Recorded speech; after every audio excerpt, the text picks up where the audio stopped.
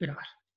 Habíamos hablado de sucesiones, de qué pasa con de la transmisión de los bienes a causa del fallecimiento, y habíamos empezado a hablar de todo el tema de las sucesiones y demás, el condominio sobre los bienes. Bueno, vamos a continuar hoy, vamos a finalizar hoy con ese tema. Recuerden, yo les decía que en el caso de los que se llaman herederos legítimos, bien, que son los ascendientes, los descendientes y el cónyuge, en este caso los herederos quedan investidos de esa calidad de herederos aún antes de iniciar el proceso sucesorio. Es decir, con el fallecimiento del causante, ellos ya tienen esa calidad de herederos, más allá de que después sean declarados así por el juez, y pueden y entran en posesión de los bienes que componían el acervo hereditario, es decir, la sucesión. No así los colaterales, ahora vamos a hablar un poco de quiénes heredan y eso, no así los colaterales, que sí necesitan ser impuestos de esa calidad de heredero por el juez del proceso sucesorio. Bien, lo mismo pasa en el caso de las sucesiones testamentarias. Nosotros tenemos dos tipos de sucesiones, las testamentarias, que es cuando hay un testamento, y las ab intestato, que es en el caso de que no hay testamento, y quien establece qué personas van a suceder al causante es la ley. Entonces, en la ley, en las sucesiones que no tienen testamento, ya les digo, si son ascendientes, descendientes o cónyuge, más allá de que hay que hacer la sucesión, el proceso sucesorio, si tuvieran bienes registrables, si no los tuvieran, estos herederos quedan en su calidad de poseedores de los bienes con el solo fallecimiento. Si hubiera herederos colaterales, que son los hermanos, los tíos, los sobrinos, los primos, en ese caso sí es necesario abrir el proceso sucesorio. Y en las testamentarias siempre es necesario abrir el proceso sucesorio. En las otras, ¿es necesario? Cuando hay padre, madre o cónyuge o hijos, sí y solo sí hay bienes registrables. Si no hay bienes registrables, no hay necesidad, los bienes pueden ser distribuidos por los herederos y si hay acuerdo entre ellos, nadie les va a decir nada. Si hubiera algún negocio o algún bien que no fuera susceptible de división, por ejemplo un inmueble, lo que se puede es designar un administrador, lo mismo si hubiera un comercio, una empresa, bueno. Se puede designar un administrador y esa persona va a poder realizar todos los actos normales del negocio o va a poder también llevar adelante todos los actos conservatorios para los bienes. Va a poder pagar los impuestos, va a poder, ¿qué más? Hacer las reparaciones que sean urgentes, si hay en un inmueble, por ejemplo, y demás. Puede ser administrador alguno de los herederos o puede ser nombrado también un tercero, administrador de los bienes. En estos casos, cuando tenemos, por ejemplo, un bien inmueble y hay más de un heredero, el derecho que tiene cada uno de los herederos se llama condominio. Es decir, va a haber lo que se llama un condominio de indivisión forzosa mientras dure el proceso sucesorio, es decir, todos, supongamos nosotros tres, vamos a ser dueños de una parte indivisa, por ejemplo, de un inmueble. Vamos a tener, en nuestro caso, un 33% cada uno de ese inmueble si los tres fuéramos hijos, por ejemplo, y no hubiera cónyuge. Los tres vamos a tener el mismo porcentaje respecto de ese inmueble y vamos a ser no dueños de una parte física del inmueble, sino dueños de un porcentaje de ese inmueble. Bien, por eso vamos a hacer condominios. Ese estado de condominio va a cesar, va a terminar cuando solicitemos la partición. La partición es una parte del proceso, es una de las etapas del proceso sucesorio, en la cual se dividen los bienes entre todos los herederos. En el caso de los bienes que no son susceptibles de dividir, como por ejemplo les decía un inmueble, en ese caso lo que va a haber que hacer es subastarlo desde ya el inmueble, salvo que un heredero decida pagarle o darle su parte en dinero a los restantes y él se quede con la totalidad de los derechos. Si no, la única posibilidad va a ser la de llevar adelante esa partición. Partición que en general suele ser privada. Bien, si todos los copartícipes y todos los herederos están presentes y son capaces, es decir, no hay menores, no hay personas con enfermedades mentales o que tengan algún tipo de incapacidad, la partición puede hacerse en forma privada. ¿En forma privada qué significa? Nos ponemos de acuerdo. Nos sentamos, charlamos y decimos, bueno, somos 3, tenemos un 33% cada uno, hay varios bienes, bueno, vos te quedás con un departamento, yo me quedo con el auto y fulanito se queda con, no sé, un lote o lo que fuera, o con otro inmueble o lo que fuera. Pero eso puede hacerse en forma privada y obviamente, Florencia, ¿sí? O no sé, alguien me preguntó algo. No, perdón, me vinieron a hablar. Ah, no hay problema.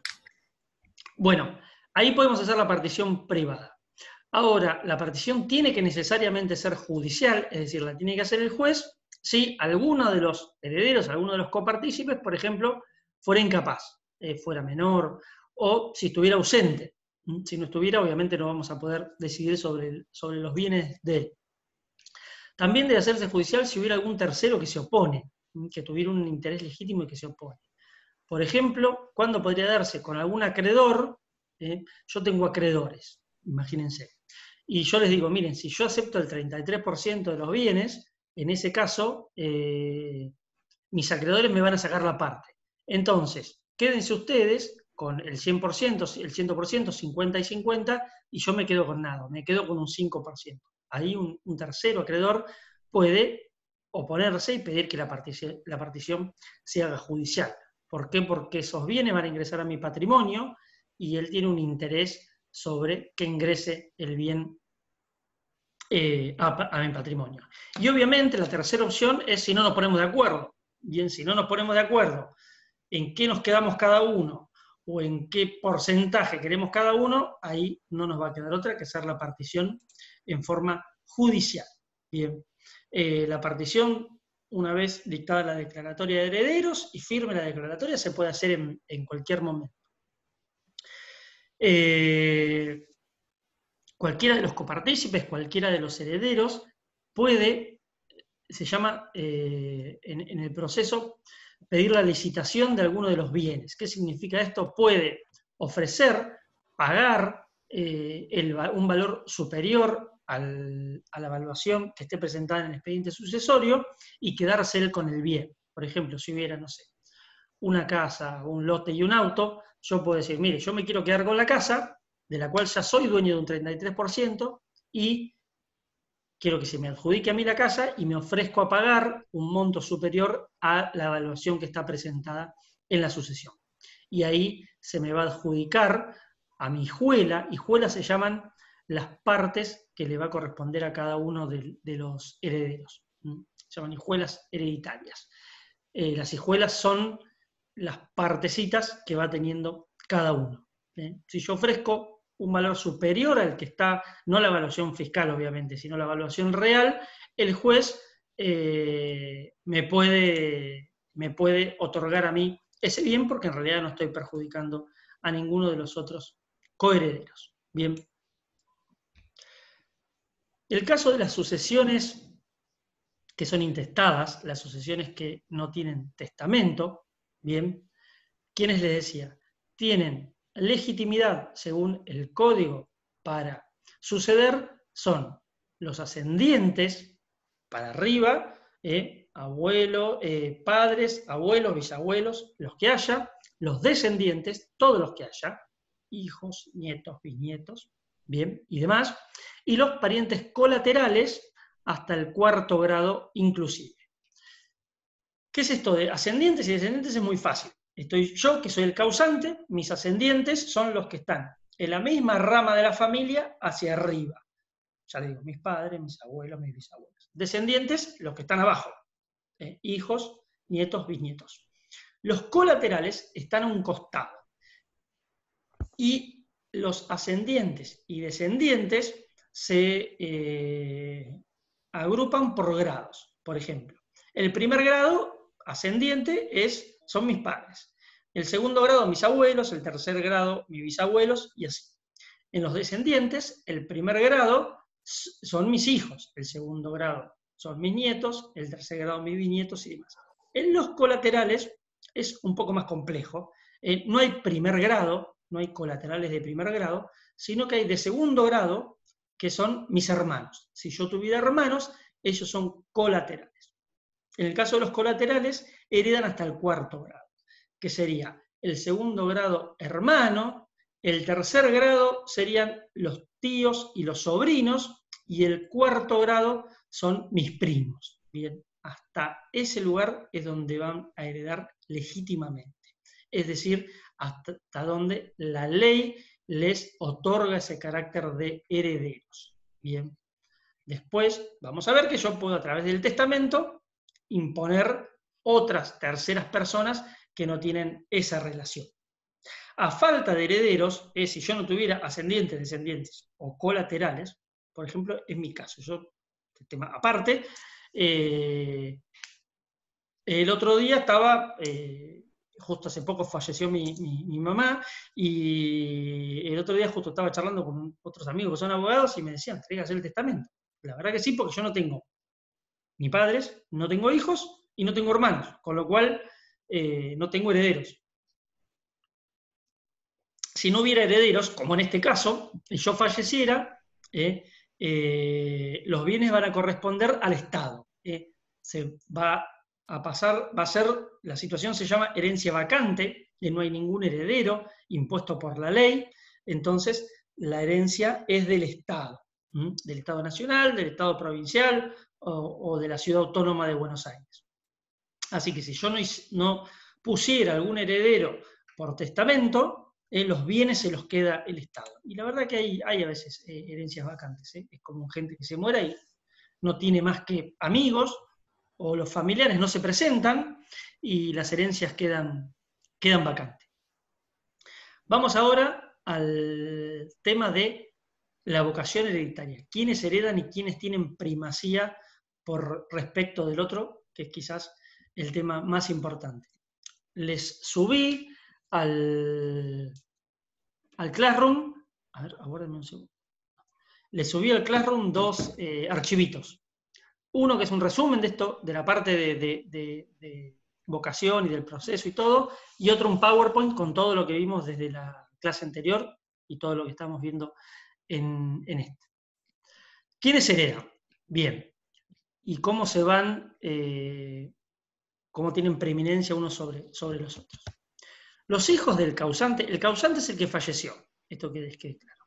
Los hijos del causante heredan por derecho propio, ahora vamos a ver que uno puede heredar por derecho propio o en representación.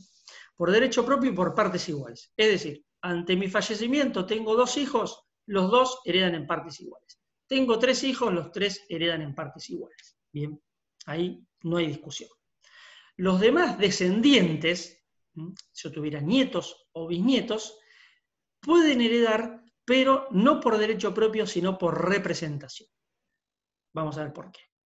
Primero, por derecho propio heredo yo, por ejemplo, de mi mamá. Bien, yo heredo por derecho propio.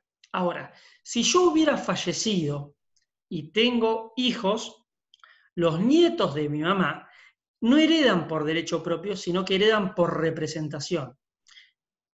¿A quién representan? A mí. Ellos se van a presentar en la sucesión no como nietos, sino como hijos de Christian Mila-Sinzik, y van a representar a Christian Mila-Sinzik, que va a heredar de su madre, que en este caso es la causante, es la persona fallecida.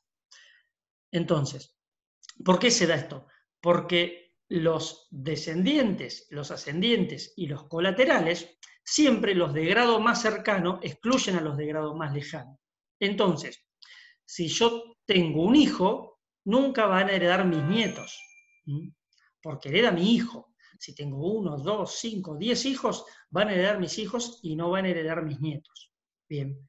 Ahora, si yo tuviera 3 hijos y uno de esos hijos está fallecido, y a su vez él tenía un hijo, ese que va a ser mi nieto va a heredar en representación de mi hijo. No va a heredar por derecho propio, no va a heredar porque sea mi nieto, sino que se va a presentar representando a mi hijo. ¿Se entiende el tema?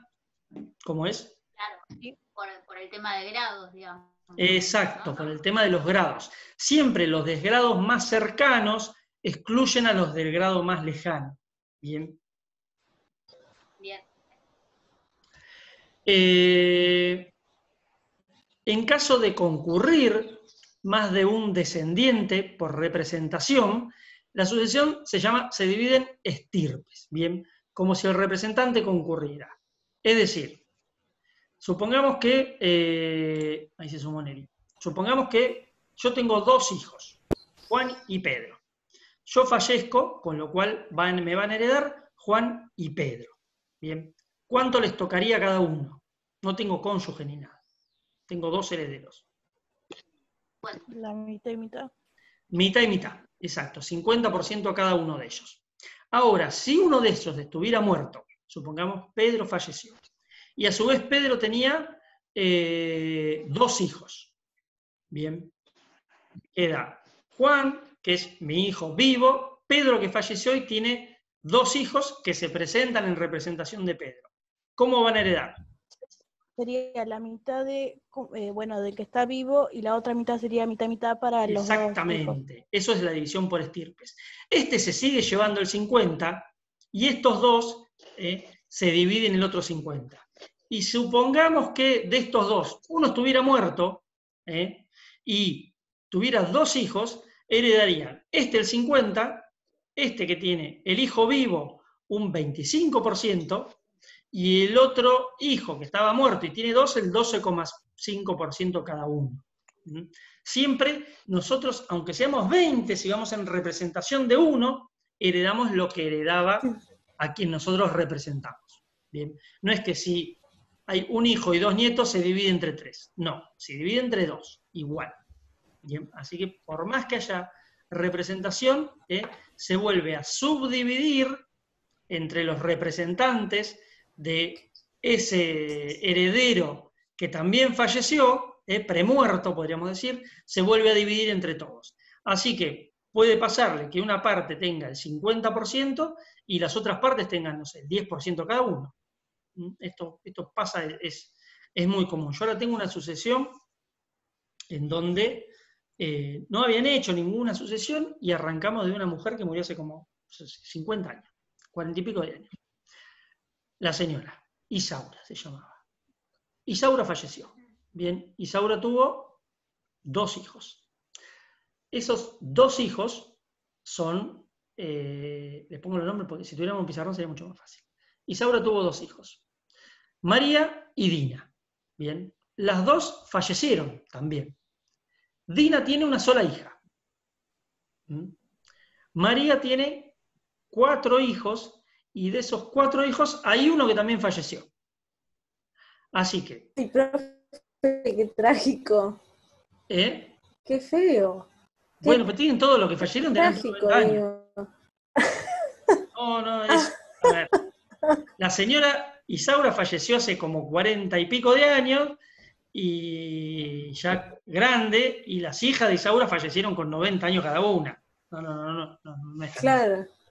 No es tan grave. Pero entonces, Isaura falleció, las 2 hijas fallecieron, pero una de las hijas tenía una y sola hija, Mónica. Mónica se queda con el 50%. La otra hija de Isaura, María, tenía 4 hijos. O sea que cada uno de estos 4 hijos se queda con el 12,5%. Bien, porque van a la sucesión por su madre. Y su madre tenía el 50%. Esta otra que tenía el 50% tiene una sola hija, que va a seguir con el 50%. Esta, que tenía el 50%, falleció, son 4. O sea que se queda el 12,5 cada una. 12,5, 12,5, 25 y 25. Y uno de estos está muerto y tiene, supongamos, 2 hijos. O sea que esos 2 se quedan con el 6,25 cada uno. Así que tenemos en la misma sucesión una persona que se lleva el 50%, 3 que se llevan el 12,5 y 2 que se llevan el 6,25. ¿Por qué? Porque cada uno de estos vino en representación de su padre muerto. Bien, y su padre muerto y su abuelo muerto. Entonces, los que se están presentando ahora, se están presentando en representación de su padre y su padre que se presentaba en representación de su abuelo. Pero siempre la división, la primera división, después es inalterable. O sea, si uno tiene un solo hijo y el otro tiene 10, pobre, los 10 hijos de este van a cobrar el 5% cada uno y este se va a llevar el 5%. Eso no se vuelve a dividir más. Bien, esa es la más fácil entre hijos y entre padres, obviamente, también es fácil. Ahora, quienes primero heredan son los descendientes. ¿Está claro? Los que primero heredan son los descendientes y ahora vamos a ver el caso del cónyuge. Si no hay descendientes, si no hay hijos, heredan los ascendientes más próximos en grado. Los padres si están vivos y si no, los abuelos. En ese caso también dividen por partes iguales. Es decir, yo no tengo hijos. Si yo me muero y tuviera mis 2 viejos vivos, me van a heredar ellos en partes iguales, mi madre y mi padre, exactamente en el 50% cada uno. Bien. Esto es todo bárbaro, todo hermoso, hasta que uno comete el error de casarse, y ahí entra el cónyuge a terciar en esta cuestión de los bienes. Y acá hay que dividir, en el caso de cuánto se lleva el cónyuge, hay que dividir si se trata de bienes gananciales o bienes propios. Recuerden que ya hablamos de esto. Bienes propios son los que adquirió la persona por fuera del matrimonio, o que los traía antes del matrimonio, o que los adquirió, por ejemplo, por una donación, por una herencia. Esos son bienes propios. Bienes gananciales son todos los que adquirió durante el matrimonio. ¿Qué pasa acá? Sobre los bienes propios, ¿bien? Supongamos que yo tengo esposa y 2 hijos. Bien. Tengo un bien propio, que es el inmueble que heredé de mi mamá, y tengo bienes gananciales, que son los que adquirí estando casado. Bien. Sobre los bienes propios, cuando yo me muera, sobre los, bienes propios van a adquirir mi cónyuge y mis hijos en igual porcentaje. La misma parte que los hijos sobre los bienes propios. Entonces, supongamos, la casa que era de mi mamá, que yo la heredé y por tanto es un bien propio, se va a dividir entre 3, mis 2 hijos y mi cónyuge. Respecto de los bienes gananciales, acá hay una gran diferencia. De los bienes gananciales, el cónyuge es dueño de la mitad. Bien, eso es lo que establece la ley. Supongamos en la casa donde yo convivo con mi esposa, que la compramos estando casados.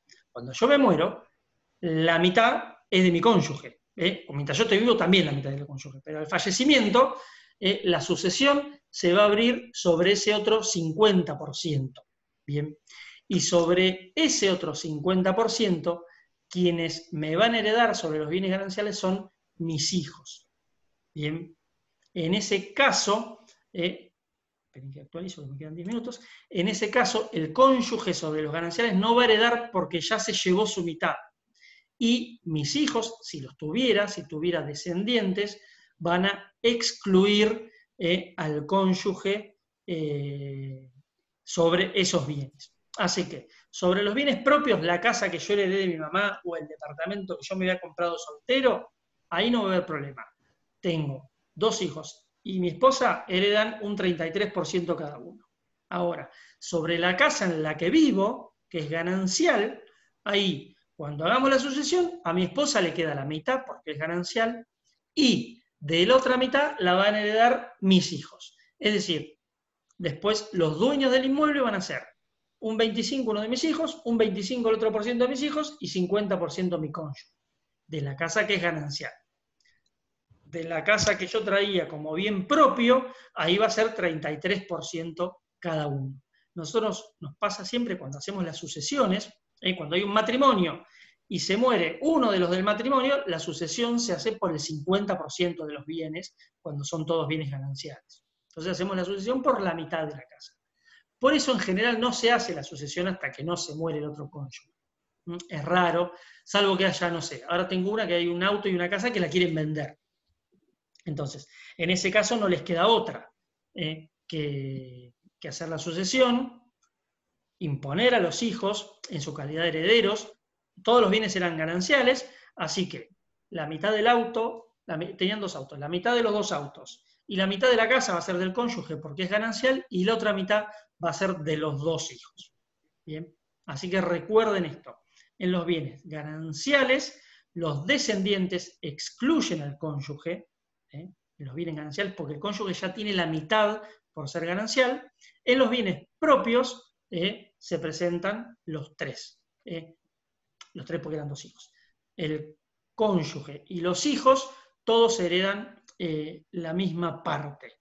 El código dice: en todos los casos en que el viudo o viuda es llamado en concurrencia con descendientes, el cónyuge supérstite, el que quedó vivo, no tiene parte alguna en la división de bienes gananciales que corresponden al cónyuge prefallecido. ¿Por qué? Porque su mitad ya se la llevó. Bien, de la otra mitad heredan los hijos. ¿Quedó claro? Aguárdenme un segundito.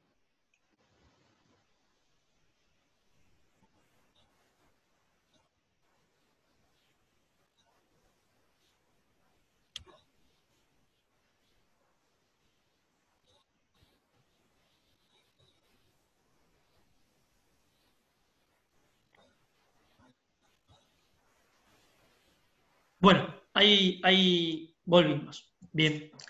Si no tuviera hijos y heredaran los ascendientes, es decir, mi padre, ahí al cónyuge le corresponde la mitad, aún en los bienes propios. Bien, el cónyuge, supongamos que yo tengo mis 2 padres vivos y tengo mi cónyuge, pero no tenemos hijos, ante el fallecimiento mío va a heredar mi cónyuge la mitad y mis padres van a heredar la otra mitad, es decir, se van a quedar con un 25% cada uno. Si no hay, obviamente, ascendientes y descendientes, por desgracia, se queda todo el cónyuge, y el cónyuge excluye a los colaterales. Entonces, tenemos primero descendientes en concurrencia con el cónyuge.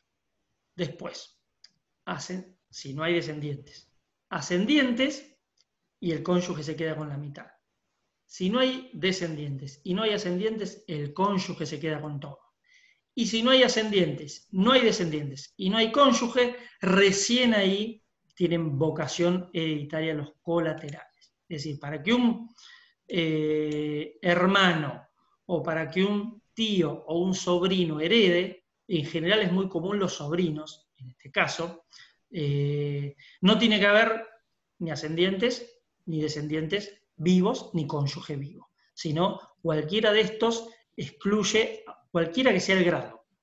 Los nietos excluyen al hermano, siempre descendientes y ascendientes, y cónyuge excluyen a los colaterales. Los colaterales son los últimos que son llamados a suceder. Pero pasa muchas veces gente que no tiene ni ascendentes, ni ascendientes, ni descendientes, y por ahí el cónyuge ya falleció, que hacen un testamento, y hay algún colateral dando vueltas. Y el colateral plantea obviamente la nulidad de ese testamento, para poder heredar él. Yo tuve algunos casos, en el estudio tuvimos uno de una persona que supuestamente había hecho un testamento a favor de un vecino, tenía una casa nada más, y había testado la casa a favor de su vecino, y apareció una sobrina que vivía en Buenos Aires, que no tenía nada que ver con ellos, que impugnó el testamento, y planteaba que el testamento era nulo, era un testamento hológrafo. Después vamos a ver qué es. Nuestro código prohíbe también lo que se denomina matrimonio in extremis. El matrimonio in extremis es el que se da justo antes del fallecimiento del causante. Bien, y ahí dice que la sucesión no va a tener lugar si el causante muriera dentro de los 30 días de contraído el matrimonio, a consecuencia, obviamente, de la misma enfermedad preexistente y conocida por el cónyuge. Es decir, no se casen con un viejito que se está por morir, o si se casan, traten de que aguante más de 30 días, porque si se muere dentro de los 30 días de la misma enfermedad que tenía cuando ustedes se casaron, desgraciadamente no lo van a poder heredar. Bien. A excepción de que el matrimonio hubiera estado precedido por una unión convivencial. Es decir, si había unión convivencial y después se casan para regularizar, ahí en ese caso no hay inconveniente y la justicia lo acepta. Si no, el matrimonio in extremis no es aceptado a los efectos sucesorios. Bien. Por otra parte, pierde vocación hereditaria, también se pierde la vocación hereditaria en el caso de divorcio, de separación de hecho sin voluntad de unirse, o de cualquier tipo de decisión judicial que implique el cese de la convivencia. Así que, si están divorciados de su cónyuge, lo cual es bastante lógico, si están separados de hecho sin voluntad de unirse, o si tuvieron alguna sentencia que ordenó el cese de la convivencia, alguna decisión judicial que ordenó el cese de la convivencia, también pierden la vocación hereditaria. Tampoco se van a poder presentar a la sucesión para que se los declare herederos. Ya terminamos, nos queda muy poquito. Bien. Les decía, no hay ascendiente, no hay descendiente, no hay cónyuge, heredan los colaterales. Los colaterales, ¿quiénes?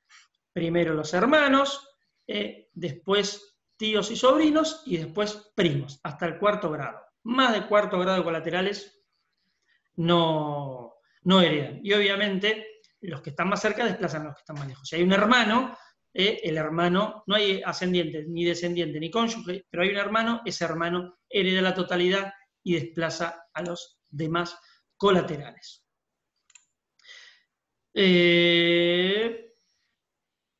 Se está cortando, ahora nos sumamos a un Zoom, hacemos uno más, que lo terminamos rápido, porque 7:30 me arranca hoy la otra clase. Así que vamos a hablar en esta última parte de la legítima y de los testamentos. Bien. ¿Qué es lo que nosotros denominamos legítima? Legítima es la porción que tienen algunos herederos que no pueden ser, de la cual no pueden ser privados por testamento ni por actos de disposición entre vivos a títulos gratuitos. Bien, a título gratuito. Bien. ¿Qué es eso de la legítima? Es la parte que la ley me otorga a mí como heredero legítimo, y que no le deja al causante testar.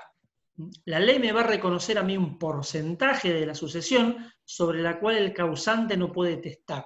Yo no puedo, como ustedes vieron en las películas en Estados Unidos, testar, darle todos mis bienes a la caridad, al perro, al mayordomo, o a una amante que te tenga por ahí. No puedo. Mis descendientes y mi cónyuge tienen una parte que se llama legítima, sobre la cual yo no puedo testar. Si tengo hijos o tengo esposa, no puedo testar la totalidad de mis bienes a favor de un tercero. Tengo que respetarles esa parte que les otorga la ley. Bien, los puedo vender mientras estoy vivo, pero no puedo desheredarlos.